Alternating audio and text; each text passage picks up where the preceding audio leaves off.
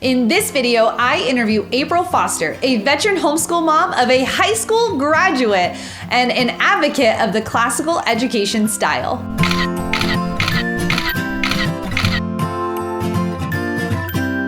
Hi, I'm Heather, a homeschooling mom of two, and on this channel, we talk all about homeschooling and motherhood topics. We do day in the life videos so you can see our crazy homeschool life, curriculum and product reviews, and interviews with other homeschool moms just like this. So if you're new here, consider subscribing. And in today's video, I am interviewing April Foster. Now, we are interviewing her over a Skype call. So we have some sketchy internet happening. So on this interview, I'm also leaving a link below if you'd like to download the audio file and use it as a podcast. But I'd love to introduce you to April Foster, a homeschooling mom from Louisiana, and dive into this interview about her homeschooling through the first years, high school homeschoolers, and getting rid of idols and titles as mothers. So keep watching.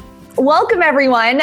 Thank you so much for joining us. Today, I am so privileged to bring to you April Foster. And April is here with us, and we are on air and hoping that everything is going to stay working the way it is right now. And we are just glad that you've joined us for this just mom chat, this conversation that we're going to be having about homeschool and motherhood. And we just hope that this is a light in your life. So April, welcome to the show. Hi, Heather. How are you? I'm good. April, can you give us a little background about who you are and kind of your journey through homeschool and in some of the positions that you're in the homeschool space? Sure. April Foster, and I am from Louisiana, born in Florida.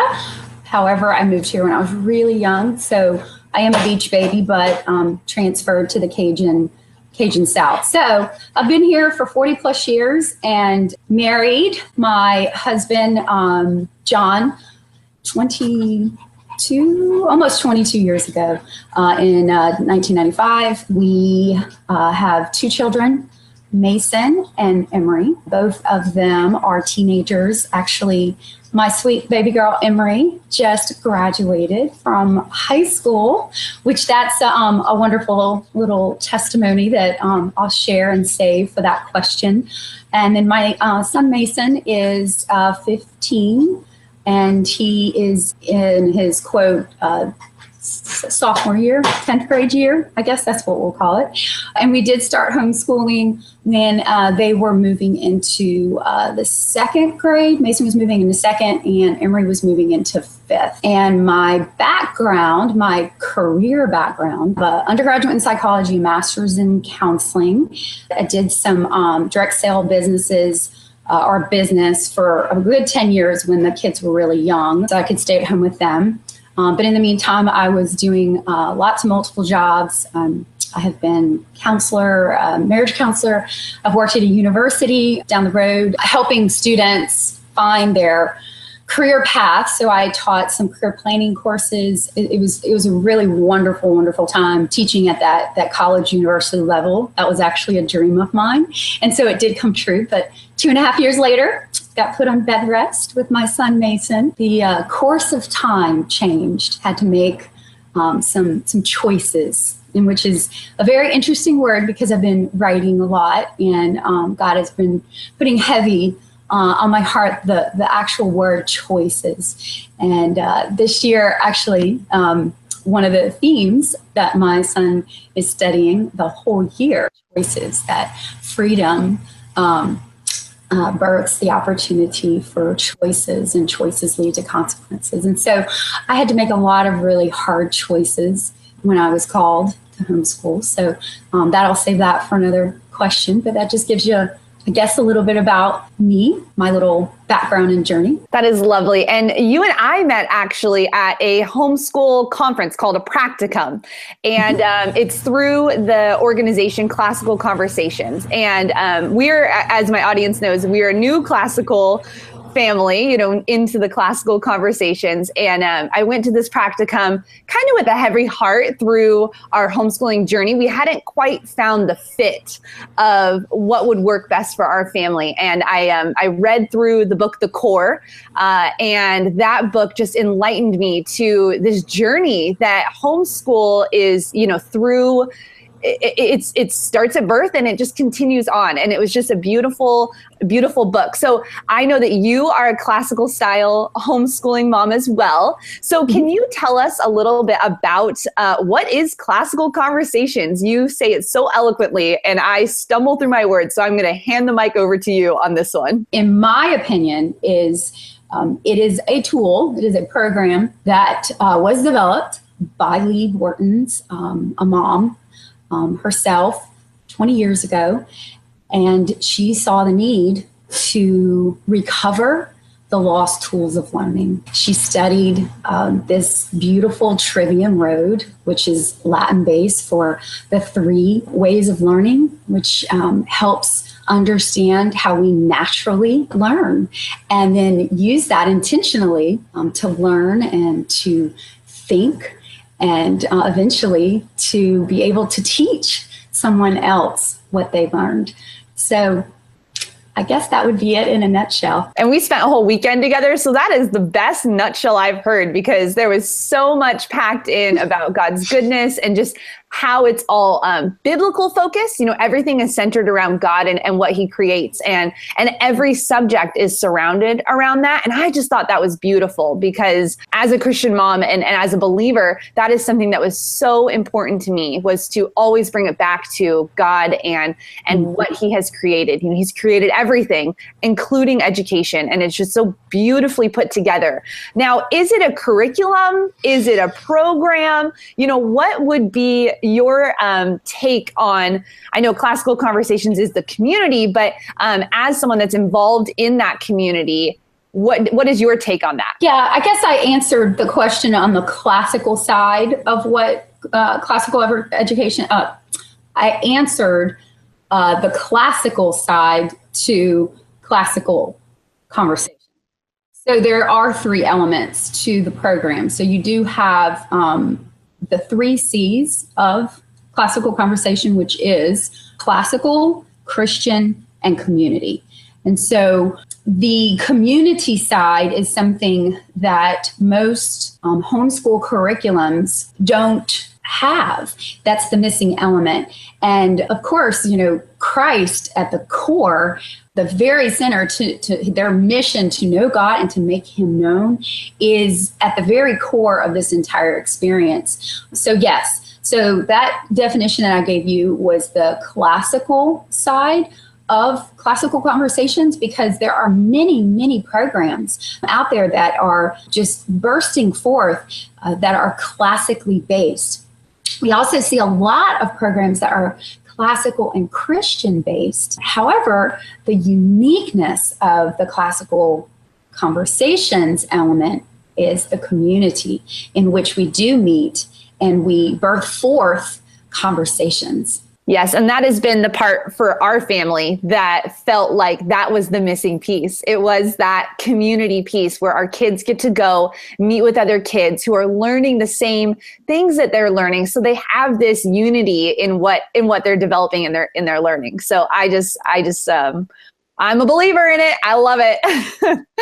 So you mentioned that you have you have a high schooler right now, and you have graduated a high schooler. So it is known that you can graduate as a homeschooler. Yes. Yes. So can you, one of the questions I get is all the time when I say we're homeschooling, almost automatically is, well, are you going to do that through high school? It's kind of like this dream 4-year period that we kind of have in our society that seems like moms are inadequate to teach through those stages. So can you walk me through what it's been like having homeschooled high schoolers? Yes. And it goes back to my original definition of what classical is that we're teaching our children to learn and then eventually to teach others. So one of the best things that the classical education model has afforded for me is that when they got to high school, I was pleasantly surprised that they had already learned the tools necessary to learn the subjects. And so they became these independent learners, which doesn't mean that, as parent, I didn't, hold them accountable and help them along, undergird them. But with our classical education approach at Classical Conversations is that we are, as parents, the lead learners. Even though I got a master's degree and an undergraduate, I still did not know physics. I didn't know chemistry. I definitely didn't know biology. That was the one course that I dropped twice in college and redid. So algebra, these are things that I wasn't using on a daily basis for years. Yeah, was I fearful that when they got to high school that I wouldn't be able to teach them? But what I realized when I got to high school was they taught me. That's the key, is that you want them to be able to take information, figure out the grammar of that information, and then process through it, dialogue with you about it, but then formulate their own memory. This is if you read something to a child or if you tell something to a child, they don't usually remember it as well as if they discovered it themselves. And so learning is that discovery. In high school, we're discovering lots of fun things because all of it's new for both of us. And so it's not as hard as I thought, but it was a very, very scary thing to approach. So now that I've been there and I've done that, I can be that voice of hope for the hopeless, and I can be that testimony that you can, as Revelations 12:11 says, that we overcome, or some translation, or we're overcomers by the blood of the Lamb and the words of our testimony. And the things that he has done for my family are nothing but a total miracle for me to be able to sit here today on the airwaves of the internet, and who knows who I'm speaking to right now. But I was called by God. I guess it was 8-9 years ago when my daughter was in 4th grade and got woken up. I'm talking startled, and just heard this really low whisper of homeschool. And if anybody knows me, and there's a lot of people out there that do, before Christ, I was quite selfish. And I will be the first to admit it, that my career, my successes, my goals, my dreams were the number one in my life. And kids were great, and they, were part of the plan, but they weren't going to get in the way of my plan and my career and my goals. To say that is to be extremely transparent that I did not want to, and it was not my idea to homeschool many years ago. I was just getting started with an incredible path at the university, working at the university, and didn't want to give it up. And so I battled and I fought for quite some time. I'm standing here today to say that I got a bum hip like Jacob because I did not win that battle. But the Lord is so good and he is so faithful that when he asked, God's timeless. This is so key. He's timeless and he doesn't exist in time or space. And he sees all things and knows the end results of all things. And he leads you to the things that he already sees exist. And so when he speaks so deeply into the core of your soul about doing something, it's a matter of dying to your flesh and dying to your dreams and to your plans and your purposes, because he does truly know what's best for you. And at the time, I didn't see that, but surrendered to it, kicking and screaming for a while, and actually holding on to many of the things that I probably shouldn't have held on to that first year in homeschooling, which was very challenging. And I didn't want to give up the extra money. I didn't want to eat red beans and rice. I didn't want to do these things. But it is hard at first. But when you die to your flesh and you die to what you think is the right thing or the right plan, he just comes forth in miraculous ways. And he loves to bless those who are obedient to his call. So I did, and I'm here, and it's amazing. You did. And that first year of homeschool, what was that like? I mean, you had a fifth grader and a second grader. So you didn't just start, right? I mean, they were in school, and you felt called as a family to start this journey. So that first year, can you remember that? What was that like? I can. Yes, it was horrible. It was horrible. We did Thank not you for saying that, because everyone thinks it needs to be perfect and buttoned up and just this beautiful thing. And it is a glorious mess, right? It is a glorious mess. Yes. Well, and it's really funny because I only knew modern education. That's where I was. Like, I grew up in a modern education school. My kids were in modern education. So I thought when God called me to homeschool that I was just going to take that model and move it into my home. And so my first year, we set up a classroom. We had a whiteboard, had a desk. I bought 2 desks for them to sit at. I even had a little apple sitting on the, I mean, it's just funny when I think back. I was still receiving emails from the school, from one of the teachers. And so I used my login to get the spelling list, because I was like, well, I'm just going to stick with what I know. I got permission. I get these forms, in the state of Louisiana, you can go to and get the books they're using in the school system. So I'm like, well, I'm going to do that. I didn't do, like, my son was not reading when we pulled him out of school as a first grader. He was still a slow reader. I didn't know anything about phonics. I didn't know how to teach a child to read. I just knew I knew how to read. That's all I knew. And you had gone through education, right? You were teaching at a university, and then you're back to those stages of, well, how do you read, right? It kind of rethinking we learn as they learn. Yes. And it's so funny because I didn't do any math curriculum with them. I pulled like worksheets off the computer. Someone handed me a math curriculum for my 5th grade child. And I was like, okay, well, we'll try this. And we attempted to do a paper for my 5th grader and kept putting it off. And by the end of the school year, I was like, I guess we're not going to do that paper. It was a calamity of events. I was scared to even, I know this sounds crazy, I was scared to leave home because I was scared of what people would say if they saw me out with my kids during the day. I had that thought, and it was just so much bondage. I lived a whole year in homeschool bondage because I didn't know if I was doing it right. I didn't know what I was doing. I really didn't have very many people ask. But the one thing that God put on my heart was to read the Word of God. That if you were going to do anything this year, April, just read the Word.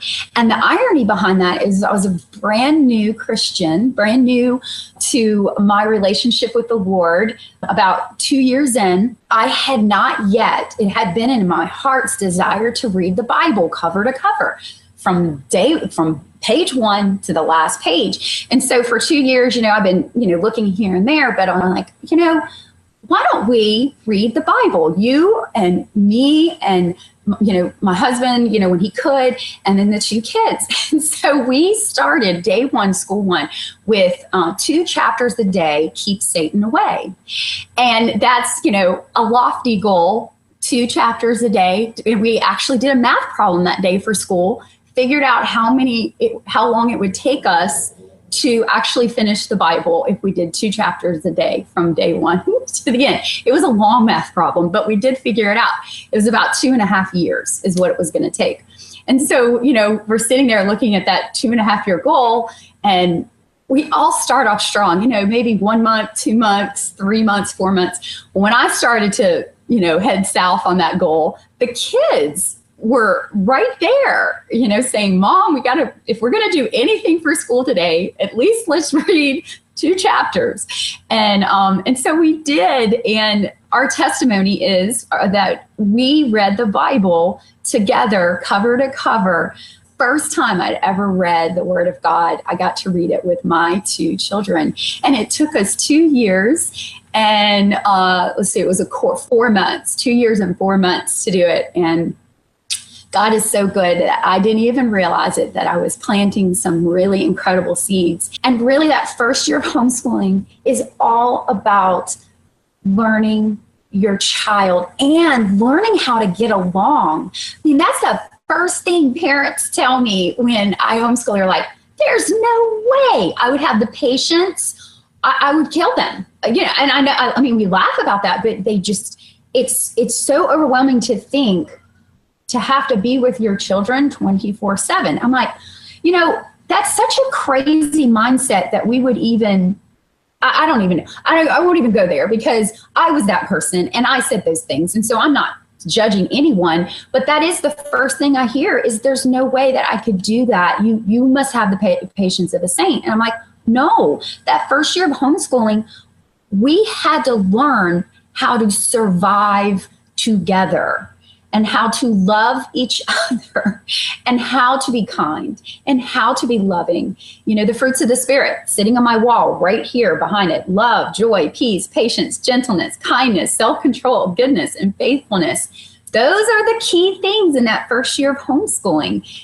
If you do not have that solid foundation, you'll never be able to move forward academically. Thank you so much for that. That is exactly it. It is the glorious mess, but it is about laying those foundations. And what you taught me at the practicum also was that even though we're teaching them math, it's not actually, I mean, we are teaching them math, right? But it's the root of what's underneath that. It's the diligence of doing something. It's all of those things that you can learn through the subjects without it being, I'm not saying it as eloquently as you did, but that idea that, we are teaching them these things, history and math and those, but really we're teaching them foundations of relationship building.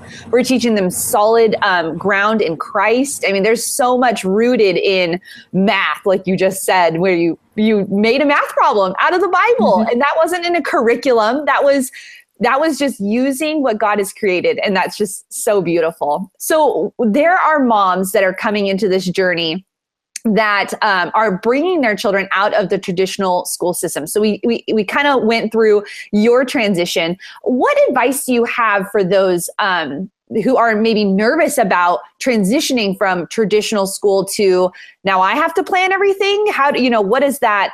What advice do you have for that mom? Well, it really depends on your personality type. That's what I've, because I love studying personalities, it's really wise when you first start homeschooling just to find a fun personality test.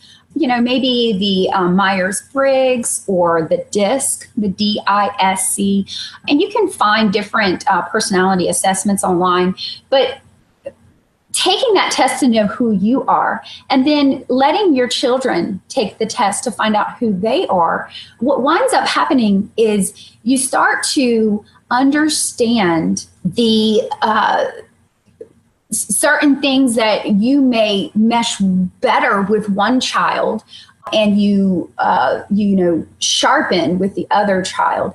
And so that first step is really trying to just really understand the dynamics of the entire family. So if you're a planner, it's helpful, but it can also be your biggest strength could be, in fact, your biggest weakness. So if you're that planner and you need structure and you need order, that's just a part of you, you're going to struggle, in that first year, finding that balance. Now, if you have a tendency to procrastinate and not to plan and just to be super flexible and just super, whoa, whatever we're going to do that day, you're going to have some issues.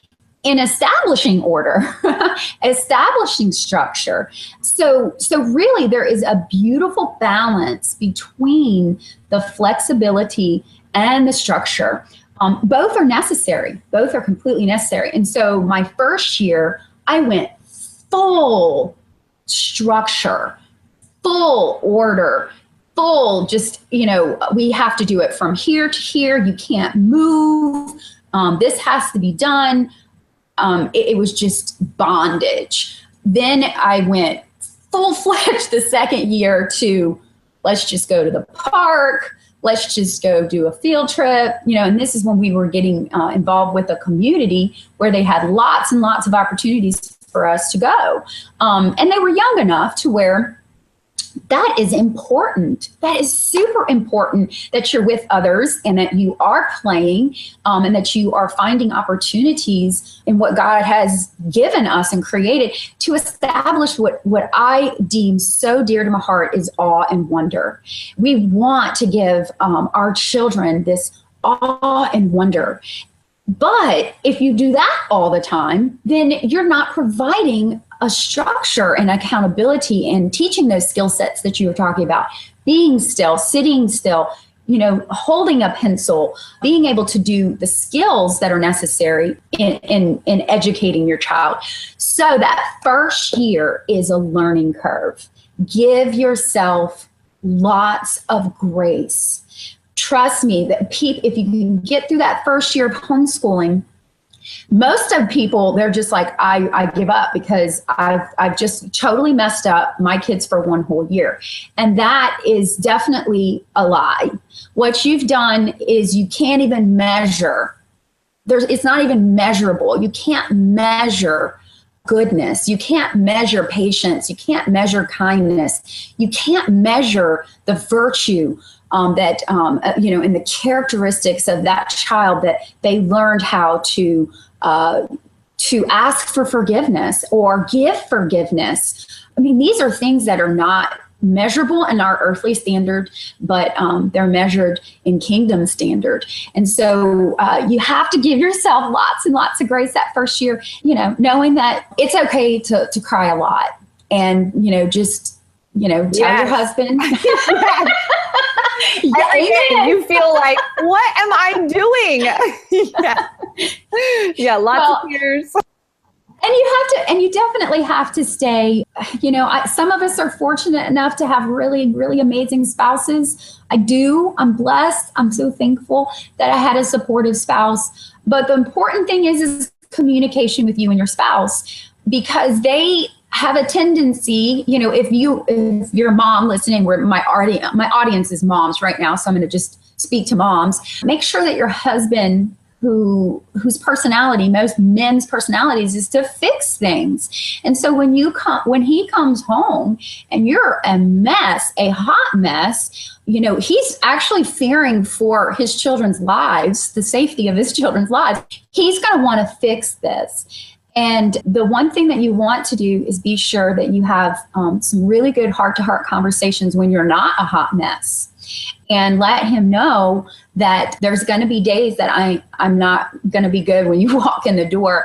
I don't need you to fix this. I just need you to just kind of take over and let me just take a little break and a little breather.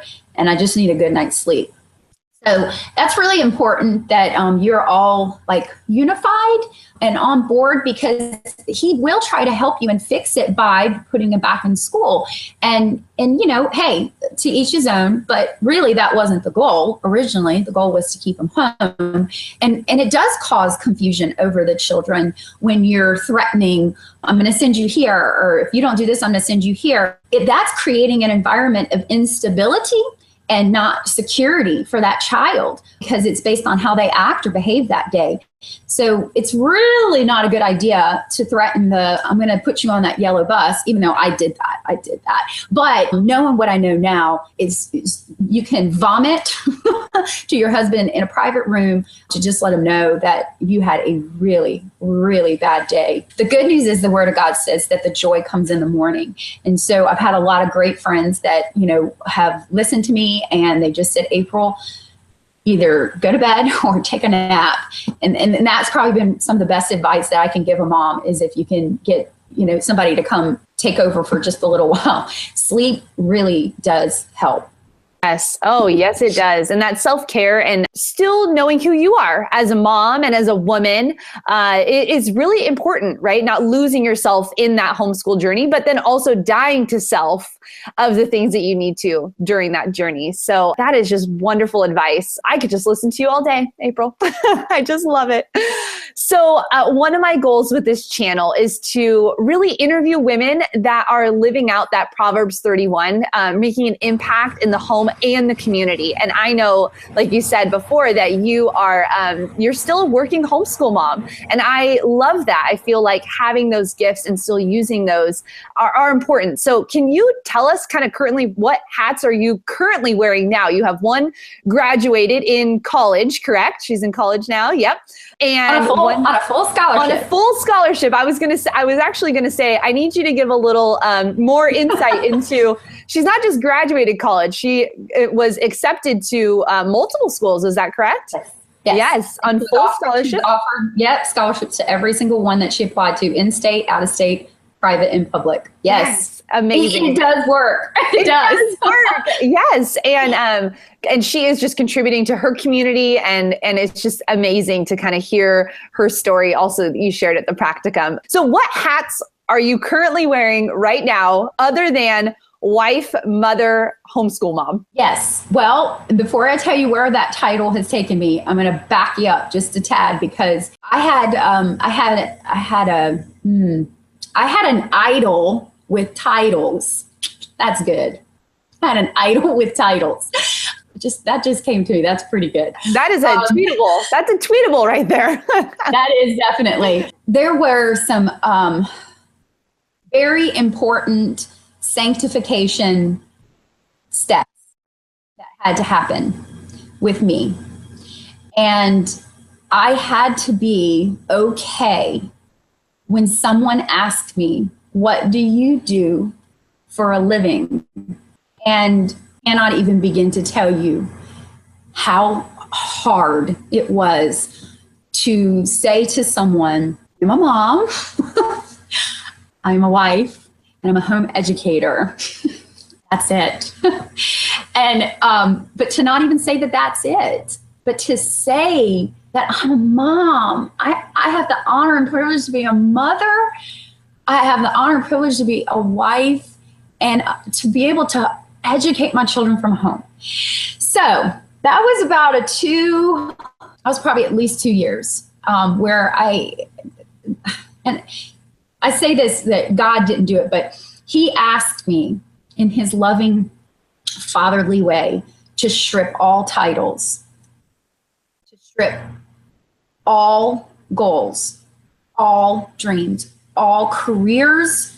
I walked away from a very, very lucrative home-based business that I had been invested in for 10 years. And I was number one in the company in recruiting, and was very successful. And God asked me, can you walk away from that? I mean, it's a question. Can you? And I walked away from my LPC. I was, you have to get 3,000 hours of supervision. And I was right on the brink of getting my license for LPC, licensed professional counselor. And he said, "Can you walk away from it?" And, I do feel a little bit like, the guy in the Bible where, he wanted to enter the kingdom of heaven. And he said, "You got to let it all go in order to come." And for him, that was his idol.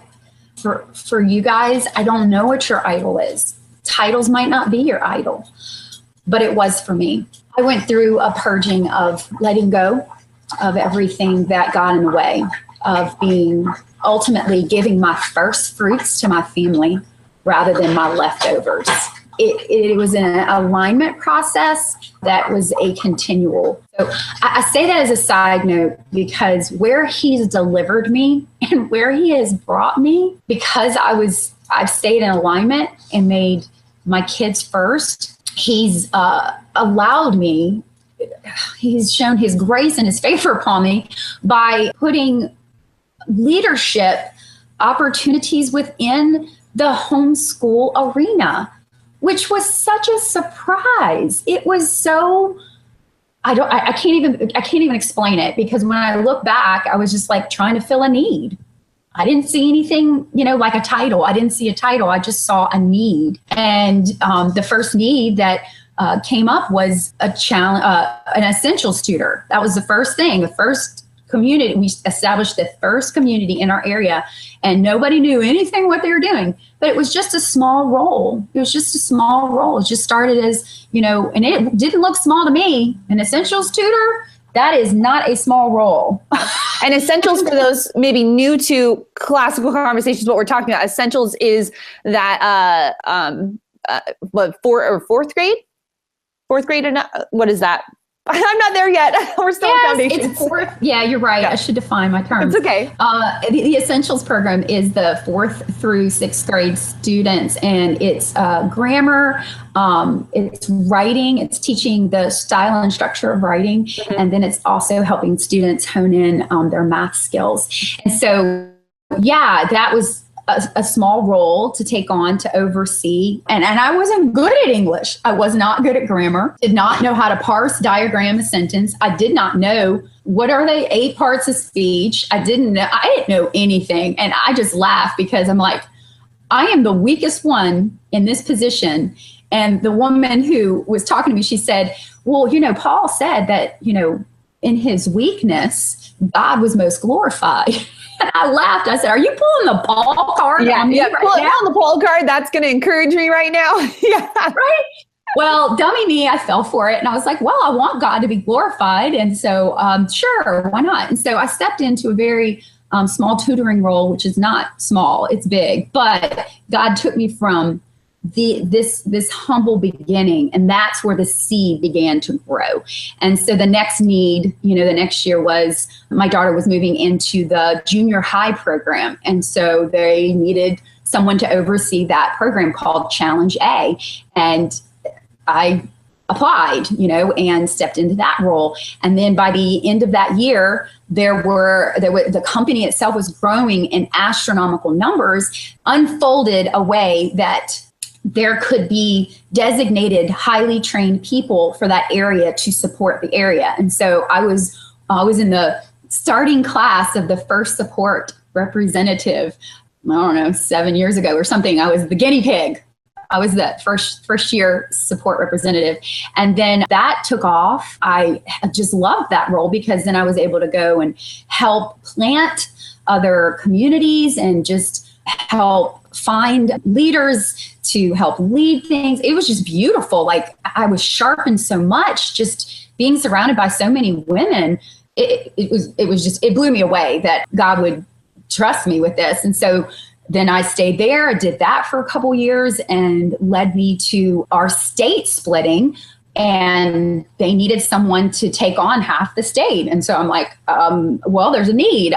Yeah, what do I need to do? And so I applied for the area representative role over half the state of Louisiana. And it was just like he was taking my territory and just expanding it. It reminds me of the prayer of Jabez. It was just, Lord, remove my curse, and expand my boundaries. I was just reading that book, actually. And when you were saying you were planting and you were moving and you're growing and you were just stepping into it, that's what came to mind. That's amazing. Yes. Well, it's so funny, because I read that book too, like 10, 15 years ago. And then one of the practicums that I was at this summer speaking, they had the prayer of Jabez. And so I read it again this summer, and it just reminded me of what God did for me and through me. It blew me away. So anyway, so I wound up taking on the area representative role. And then my daughter was moving into the Challenge 3, which is the junior 11th grade program for classical conversations. But me being the one trying to find people, right, to lead that, there wasn't anyone that was, eligible to lead that. And I got startled again in the middle of the night and woke up and just heard this real sweet voice that it's you. It's you. And I'm like, no, it's not me. I'm not smart enough. Okay. Challenge 3 is scary. It is so intimidating, especially when you look at, the last time I tutored something was in challenge A. I don't feel like I got all, I walked alongside with my daughter, but I wasn't leading. So I'm like, to step in at challenge 3, there's just no way. I can't do this. And so anyway, long story short, I said yes. And because I'm the lead learner, and lo and behold, many wind up coming to many students around the area needed a challenge 3 because it was the first one in our area ever. So there was just a need for it. And then they just started flocking. And so I had 9 students, 5 boys and 4 girls that just didn't come from that challenge 2 class. But anyway, it was just beautiful. And so I wound up tutoring 3, taking a step back during that year as the area representative and just really investing into those kids and those students, and then taking on challenge 4 that year. But in the midst of releasing the area representative role, I felt a little lost because I was doing 3. I was doing challenge 3, but I felt like I let go of this because it was too much to hold on to. But at the same time, I was like, I was grieving, like there was something that I was supposed to do. And he said, it's like an Abraham moment where he said, I'm sending you, but you don't know where you're going. And so the first time in my life, I really felt like I was really at a crossroad while I was kind of tutoring the challenge 3 and 4, and I had let go of the area representative role. And in a sense, I grieved because there were so many connections and families and directors, and I just had a big, huge team, and I just loved it. And he said, but can you let it go? I was like, okay, yes, Lord. And so for the first time in my life, I've never done this. And I truly believe you have to be called, but I felt very led to pray and fast during that uncertain times of what the Lord was wanting me to do. I needed to hear him. So anyway, I was praying and fasting, and I did that for 40 days. And on day 11, an email came in from Classical Conversations, and it said, we're hiring for this communications position. And it listed all of the criteria. And I turned and I showed my husband, and I just said, I have all that. Like I listed, you needed field service, and, you needed to be able to be very enmeshed in, understanding, classical conversations. And so I applied and interviewed for the position. And so I now am so honored and privileged to be a communications advisor for classical conversation.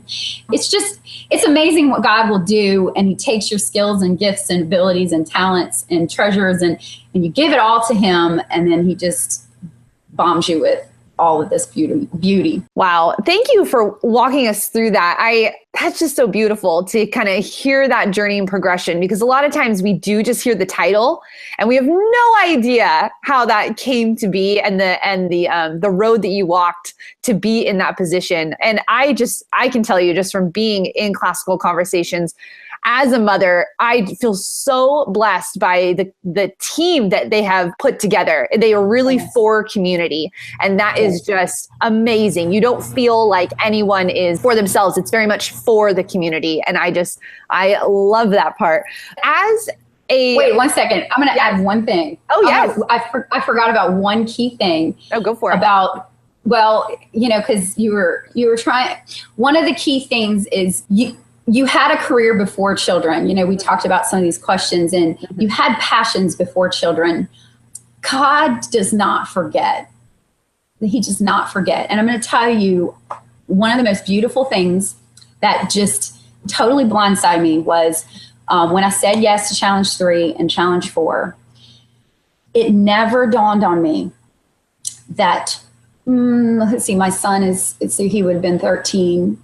So I told you that I got put on bed rest and I had to stop teaching at the university. And my master's degree was specifically for students, college age students. That was the actual population that I wanted to work with, and let that go And when I had already said yes and I applied and got the position, I got bombed with his love when he said, the very passion that you had to work with these students, you're going to now get to do with your daughter.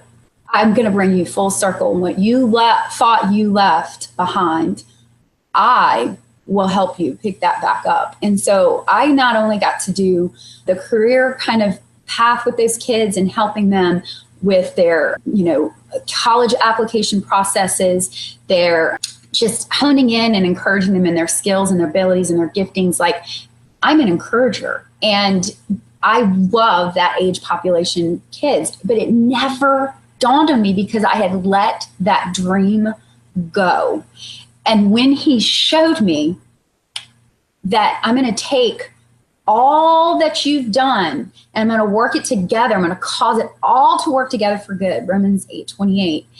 And then I'm going to just present it to you on a platter, and your eyes are going to be opened. And you're just going to be like a mess, because I was a mess when I realized then I would have never gotten to this point where I would have been doing this with me. And that was the whole point of this, was that never have a regret that I didn't spend enough time, because the days are long, but the years are short. And she's graduated.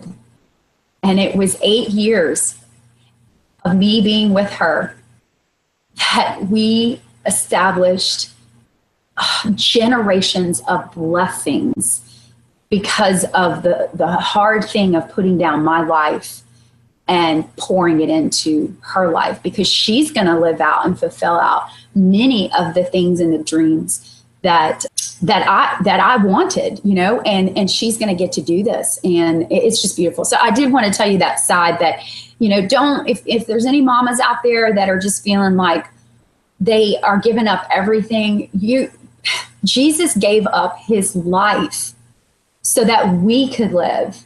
So when you give up your life as that parent, then you give life, not only the generation that's sitting in your house, but you have now given life to generations beyond which you will ever be able to witness for yourself. So don't ever think that giving something up or giving that money up you can always get more money later, but you will never be able to get back the time with your children. So thank you. Thank you for contributing that. I think that's one of the lost things that when we throw ourselves when God throws us into this journey, that, it is only for a season.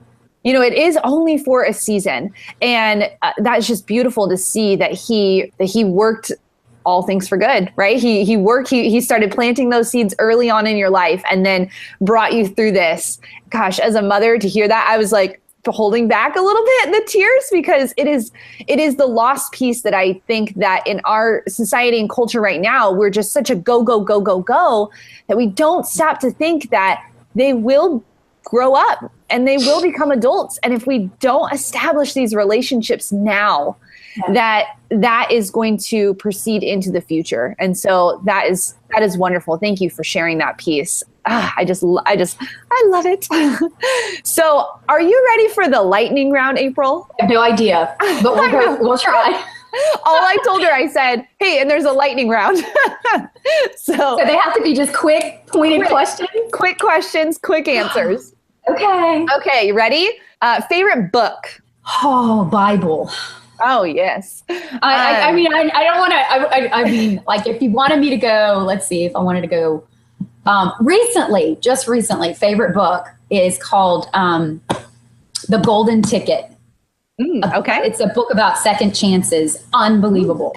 And that goes with you and your son going through chances or choices, maybe. Choices, yeah. But yeah, it is about all the choices that you make, and it's about like coming into agreement with word curses. Mm-hmm. Word curses those will mess you up. Whew, it's a lot. And a favorite memory with your kids? Oh my word, there's so many. Favorite memory? Okay, I'll change it. First memory that comes to mind with your kids. Just being with them all the time. Yeah. I mean, we love our vacations. Like, so we really do love going on vacations together. And we've had some really, really good ones. But just, I mean, when you just say it's just being with them, I just see them all the time. I don't know. It's so hard. I'm sorry. I didn't do good. Favorite verse that you go back to over and over as a homeschool mom? It was the first verse that I wrote down ever, is that I can do all things through Christ who strengthens me. And may the words of my mouth and the meditation of my heart be pleasing to your sight, my Lord and my rock and my Redeemer. Psalms 19:14, because I had to constantly hold my tongue with the kids. I was really a mess. And so I had to say that out loud a whole lot in the younger years. And I still kind of, still today. And then Romans 8:28, I had to do 3, that God causes all things to work together for good. So no matter how bad you mess up, he redeems. He redeems. And lastly, your word of encouragement that you give to homeschool moms. That is a loaded question, I know, but I know that you are blessed to be around so many homeschool moms in your journey, and just that advice or that last piece that you would give to that new homeschool mom. Well, it's so funny you should say it, because a new homeschool mom literally came and ransacked me at our church one night, and she's like, I need to ask you a question. I don't think I'm doing anything right. I don't know. I said, are you having fun? And she said, no, I'm not. And I said, well, then you need to go have some fun with your kids. And so that's probably, and you won't believe it, a week later, I saw her in church in the bathroom, and she comes running up to me and she's like, our whole homeschooling has changed just because I wasn't having fun. I was so worried about getting everything done that we forgot to have fun. And so that would be my most encouraging word for any mom, is just go have fun with your kids. That's the best thing. And that sometimes gets lost. And yeah, what a great word of encouragement. So April, how can moms connect with you, find out more information about Classical Conversations, and kind of start that journey or move into this community? Well, you can definitely go to the Classical Conversations website, which is www.classicalconversations.com. On there, they have, because I'm in Louisiana and I don't know where you're living, but they do have events posted. You can just click the events and you can put your zip code in, and all the different events that will pop up, such as information meetings or possibly events that they talk about how to homeschool through high school, called Window into Challenge, practicums, just the plethora of things. They're all over right now. So just go to that website and go to the events page, and you can find a local leader in your area that you could probably meet one-on-one for coffee. Let's see, to get me, you can look me up, April Foster from Louisiana, and you'll see all the different Classical Conversations things in there, so you'll know it's me. So if you would like to friend me, that would be great. How does that work? Can they come see you speak, or what does that look like? That's something that funny you should say that, right? Well, yeah, no, I was going to say, I feel like I'm being set up. And this is something that is really good to hear. Mm-hmm. Setbacks are set-ups, because you are set apart. Mm-hmm. Every single thing, if you can change your perspective and look at things that are setbacks, and they're actuality setups. So I feel like I'm being set up. I think Heather is a part of this whole setup of God's plan. But I am definitely, God is giving me this deep, can't avoid passion to write. So I could definitely use prayers and being obedient to set aside time to write. I have written a writer circle article for Classical Conversations, and I do journal a whole lot, but he's wanting me to go outside of that. So if y'all will pray for me about that. And I don't know how you're going to see me unless I write this book that I'm supposed to be writing, and then I can go on a book tour, and then you guys could see me somewhere. But and then my son, who wants to build a website, I told him, build me a website with this. And he's like, but what are you advertising? said, I don't know yet. Yes.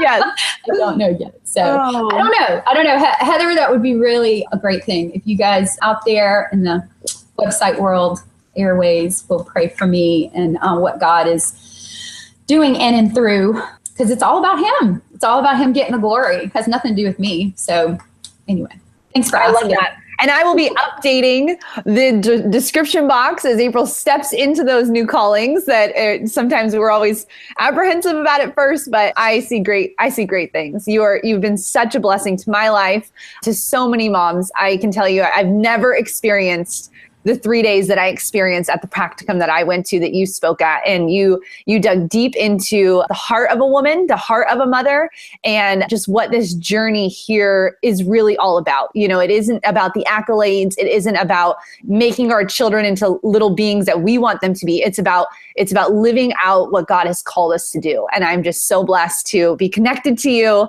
And I just thank you so much for your time today. I know that you do have a homeschooling child at home. So this does take time out of your day. And I just say thank you so much, and just blessings for you and your family. So there you go. That is my interview with April Foster. Isn't she great? Now, thank you again for listening through our internet failures that we have. I'm still learning the tech side of things. But if you like this type of content, go ahead and subscribe and join this community of moms. And my question to you is, who else would you like me to interview on this channel? I love interviewing homeschool moms who are making a difference in their homes and communities.